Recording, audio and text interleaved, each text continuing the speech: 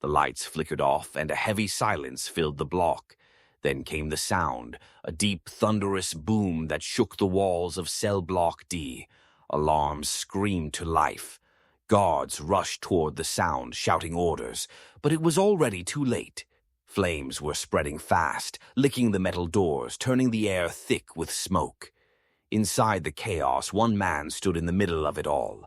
Marcus Steele Johnson, the most feared inmate in the world's toughest prison, Blackridge Penitentiary. His hands were covered in soot, his face streaked with sweat and fury. The explosion wasn't an accident. It was the signal. The riot had begun. From every cell, prisoners screamed and banged on the doors. Guards yelled for backup. Somewhere in the darkness, a voice shouted, "It's happening! Tonight's the night!" Marcus looked toward the shattered security gate, the path to the outer yard. Freedom was just beyond it.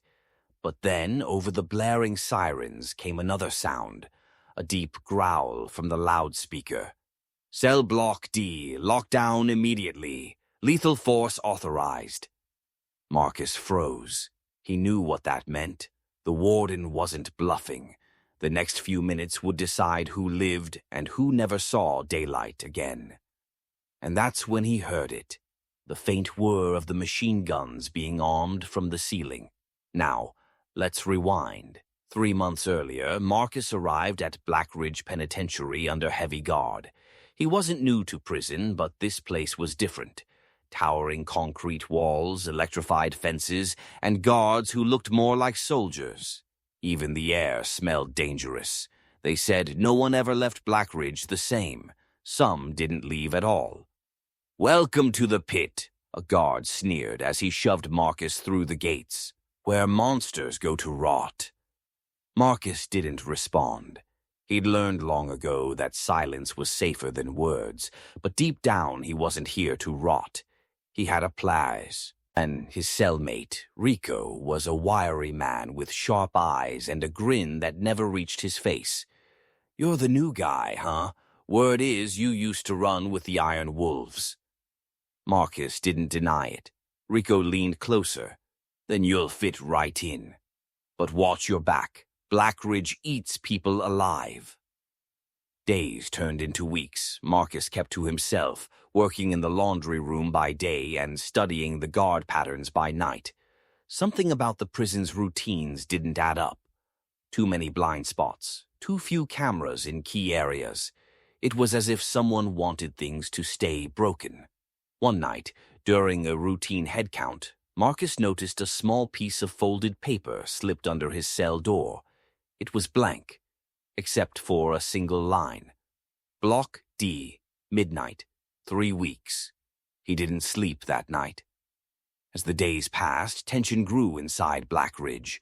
Food deliveries stopped for a week, and whispers of a hidden tunnel spread like wildfire.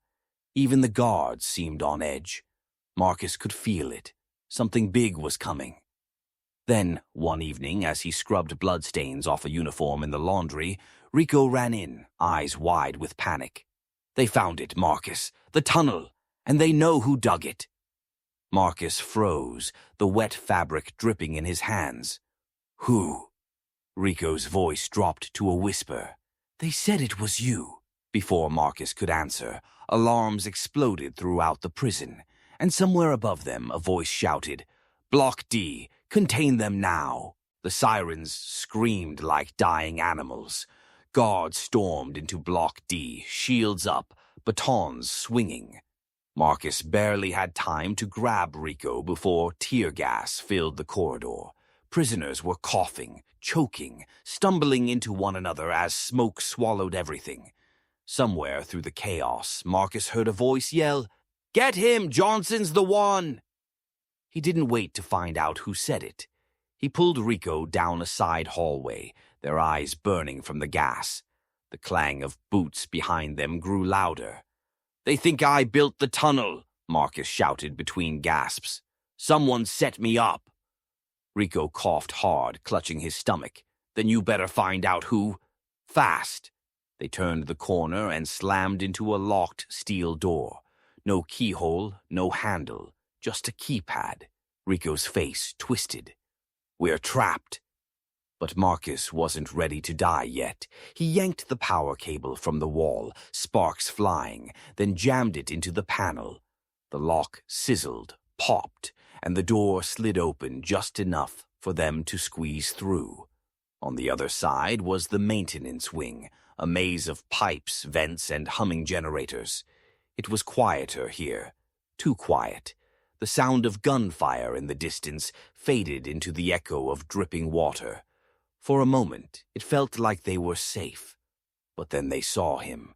Warden Briggs stood by the main control console, his uniform spotless, his cold eyes fixed on the monitors.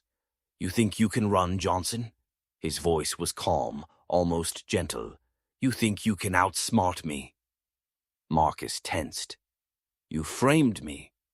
Briggs smiled. "You did that all by yourself, son. We both know you never belonged in the outside world." He reached for the red switch on the panel, and neither will anyone else in Block D.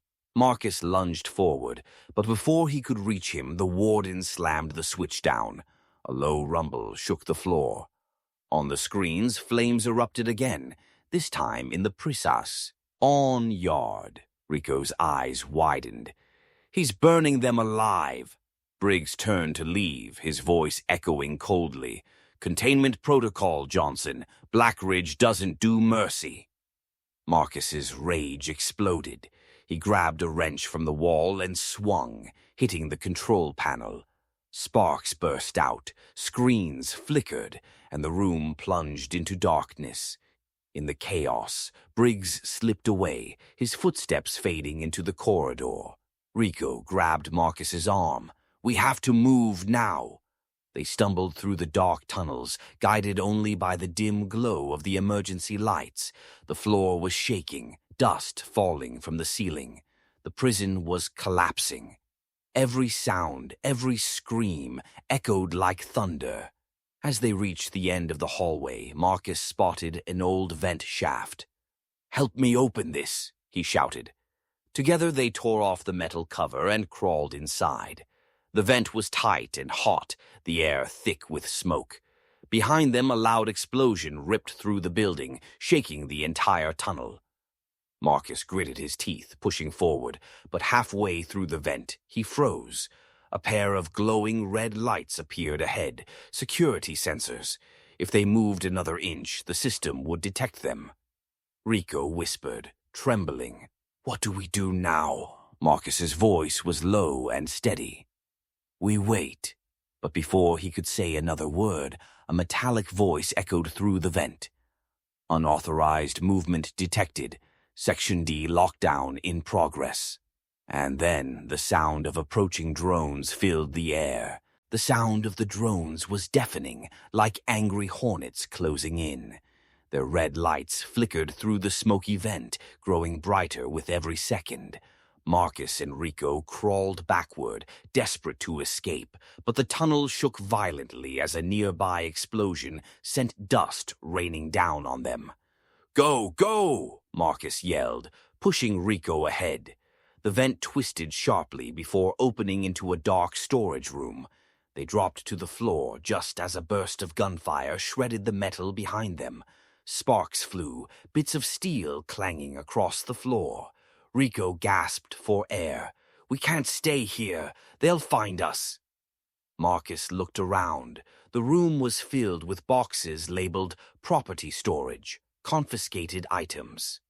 He kicked one open and froze. Inside was a small black backpack, his backpack, the one he'd been arrested with months ago. He unzipped it quickly. Inside was the torn blueprint of Blackridge Penitentiary and a half-broken keycard. Rico frowned. "That's what got you locked up, right?" Marcus shook his head. "No, that's what's gonna get us out." He rushed to the corner of the room where a service elevator stood behind a steel gate. The card slot blinked red. Marcus wiped the dust from the keycard and slid it through. For a moment, nothing happened. Then, ding, the light turned green.